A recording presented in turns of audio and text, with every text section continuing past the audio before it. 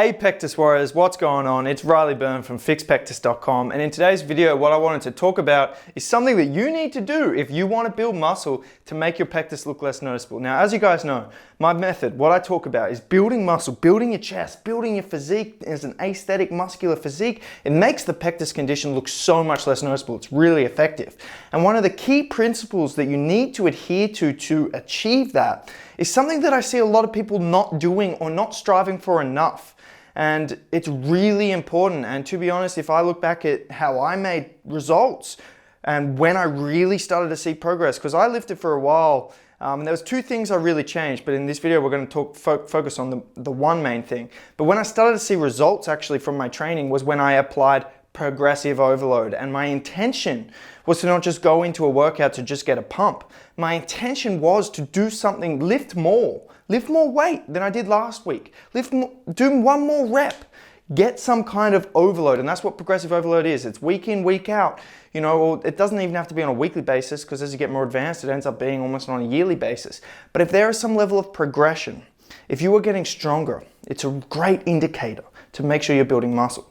And so guys, I really want to reiterate in your brain that if you are trying to build muscle, focus on progressive overload. Track the weight you lift and make sure each time you're trying to get stronger, you're trying to get some level of progression. For my clients that I work with, I have it on an app, and I have a text box every time they're inputting the weight they lift in the app. For each exercise, it prompts, every time they're doing each exercise in the app, it prompts them to input the weight they lift, the reps they do, add any comments for me to review.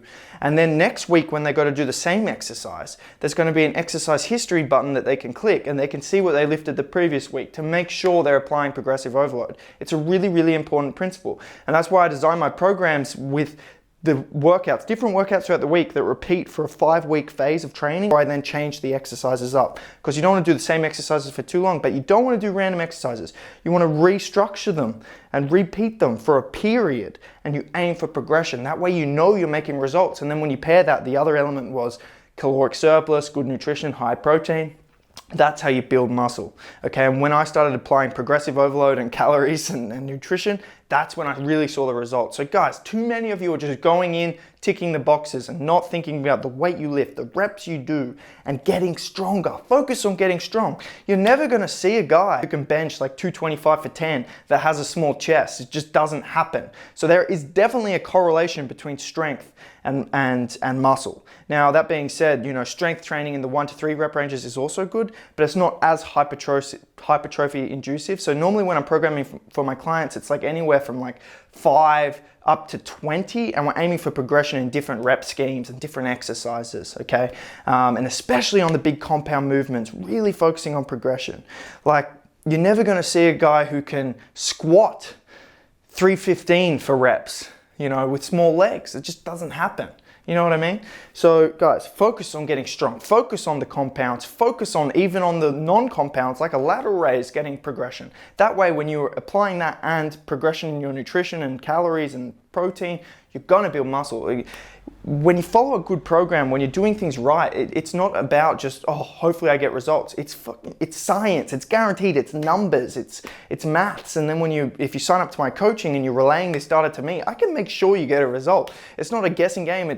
You know, it's been proven. Everyone knows, like, I know how to help people transform, or good PTs know there's no guessing. It's like, if you sign up and you tick the boxes, you apply progressive overload, you apply the nutrition, you apply a proper program with a good amount of volume and a good amount of training per muscle group and a good split where you're getting high frequency, you're going to build muscle. But anyway, the main topic of this video, guys, is progressive overload. So I just want to reiterate that to you. It's very, very important.